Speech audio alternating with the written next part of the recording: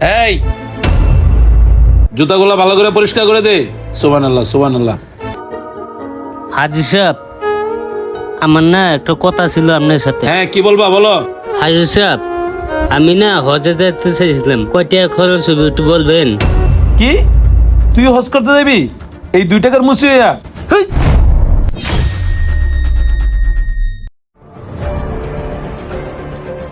হাজি সাহেব, আপনি এটা কি করলেন? এই মুরব্বী, আপনি হাজির সাহেবের মুখের উপর কথা বলেন, এখান থেকে দোকান উঠাই দিমু। বাবা, আমি তো খারাপ কিছু বলি নাই। আমি জানতে চাইছিলাম হজে যেতে কয় টাকা খরচ লাগে। তুই 2 টাকার মুচি হইয়া হজে যাবি? হজে যাইতে হলে কি কি লাগে জানোস? লাখ লাখ টাকা লাগে। তোর টাকা আছে? হজে যাবি? হাজি সাহেব, আমি না অনেক দিন ধরে চিন্তা ভাবনা করতেছি হজে গেলে কয়টা টাকা খরচ লাগে, তার জন্য জানতে চাইছিলাম। আর কয়টা টাকা জমাইছিলাম। কয়টা টাকা জমাইছিলি এটি নিয়ে বাসায় নিয়ে রেখে দে। হজ করতে হইব না, বুঝছ নাই? থাক। এই চল নোমান। হাজি সাহেব, আমার টাকাটা দিলেন না? সুবহানাল্লাহ সুবহানাল্লাহ সুবহান। হেই মিয়া, তুমি হাজির সাহেবের কাছে টাকা চাও? তোমার সাহস তো কম না। এর দোকান এখান থেকে উঠাই দিবা, ঠিক আছে? চলো। ঠিক আছে। কাকা, আমার জুতাগুলো একটু সিলাই দেন তো, ছিঁড়ে গেছে। দেন বাবা, সেলাই দিতেছি। কাকা, আপনার কি মন খারাপ নাকি? বাবা, মন খারাপ কেন জানতে চাইছেন? আমার জীবনে একটা আশা ছিল আমি হজ করা যেতাম, কিন্তু হজ করা গেলে কয় টাকা খরচ লাগে এইটা তার কাছে জানতে চাইছিলাম। এই যে দেন বাবা, লাত্তি মাইনে হালাই দিছে। হ্যাঁ, আমার প্রচুর অপমান করছে। কি বলেন? হ্যাঁ, আপনার সাথে খারাপ ব্যবহার করছে, আর আপনি তো ভুল কিছু বলেন নাই, এর কাছ থেকে জানতে চাইছেন। হ বাবা, আমি তো খারাপ কিছু বলি নাই। আমি অল্প কয়টা টাকা জমাইছি হজ করে যাওয়ার জন্য। হ্যাঁ, জুতাটা যে কালি করছি ও টাকাটা বন্ধু দেওয়া যায় নাই। কাকা, আপনার লগে হ্যাঁ খুব খারাপ করছে, আর হ্যাঁ হজ করে এলে কি হইব? হ্যাঁ মন মানসিকতা এখনো ঠিক হয় নাই, হ্যার মধ্যে ইমানই নাই, ইমানই দেখি না আমি। আপনার হজ করা ব্যাপারটা তো আপনি সন্ধ্যাবেলা আমার লগে দেখা করেন, আপনার হজ করা ব্যাপারটা আমি দেখতাছি। আচ্ছা বাবা, ঠিক আছে, তাহলে এই যে আপনার জুতাটা হয়ে গেছে। আচ্ছা ঠিক আছে, এই নেন কাকা, এটা রাখেন, আপনি দেখা করেন আমার লগে। হ্যাঁ আচ্ছা বাবা। ঠিক আছে।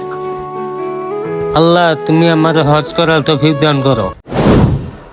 আপনি যে 10 লাখ টাকা সুদে লাগাইছিলেন ওইখান থেকে 1 লাখ টাকা দেওয়ার কথা আজকে 50,000 টাকা দিয়েছে, আর 50,000 টাকা কিছুদিন পর দিবে।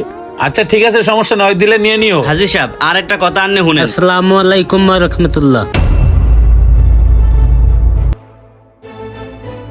কিরে তোর আবার এই লেবাস কে? ঘটনা কি?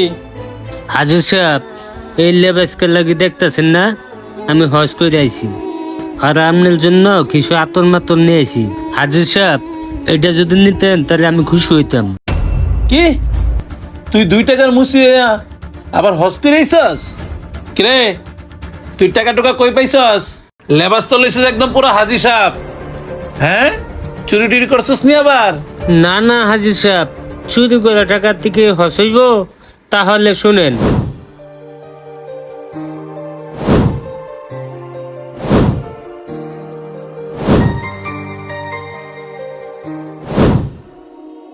তাহলে তো বাবা সবই শুনলেন। শোনেন, ওদিন যে আমার সাথে ব্যবহারটা করছেন, আপনি আমার বয়সে শুরু হইবেন, এই ব্যবহারটা করা আপনার ঠিক নাই। আমি শুরু কাজ করি আর বড় কাজ করি, কাজ তো কাজই, কোনো কাজকেই শুরু করে দেখতে নাই। মুসলমানদের হজ করার নিয়ত সবাই করতে পারে, ছোট হোক বা বড় হোক। যেমন আমিও করছিলাম, আমি মন থেকে নিয়ত করছিলাম, এর জন্যই আল্লাহ আমার হজটা কবুল করছে। বাবা শুনো, তুমি তো হজ করে আইছ, আর আমি তো হজ করে আইছি। তুমি তো হজ করে আইছ, আচার ব্যবহার তো কনা তুমি হজ করে আইছো। আসলে মুরব্বী, ওই দিনকার ব্যবহারের জন্য আমি আপনার কাছে ক্ষমা চাইতেছি। আর ওই কাজটা করা আসলে আমার ঠিক হয় নাই। আসলে আরেকটা কথা কি, ছোট বড় সকলেই হজ করতে পারে যদি তার নিয়তটা ঠিক থাকে। আসলে আমি হজ করে ঠিকই আসছি, কিন্তু আমার ভিতরে ওই মনুষ্যত্বটা নাই। আপনাকে দেখে আমি একটা জিনিসই শিখলাম, আসলে হজ করলে হয় না, মনটাকেও পরিষ্কার করতে হয়। বাবা, তুমি এটা যদি নিতা আমি অনেক খুশি হইতাম। ঠিক আছে মুরব্বী, দেন এগুলা। আর আপনি আমার বুকে আসেন। হজ মানে গিয়ে শুধু কাবা ঘুরে আসা নয়, আর হজ শুরু হয় হালাল উপার্জন দিয়ে। সুদের টাকায় হজ করলে শুধু নামটা থাকবে, কিন্তু আল্লাহর দরবারে এই হজ কখনোই কবুল হবে না। তাই অন্যকে তিরস্কার না করে আগে নিজের আয়ের হিসাব ঠিক করুন। আর আমাদের ভিডিওটা যদি ভালো লেগে থাকে অবশ্যই লাইক কমেন্ট শেয়ার করে ফলো করে পাশে থাকবে।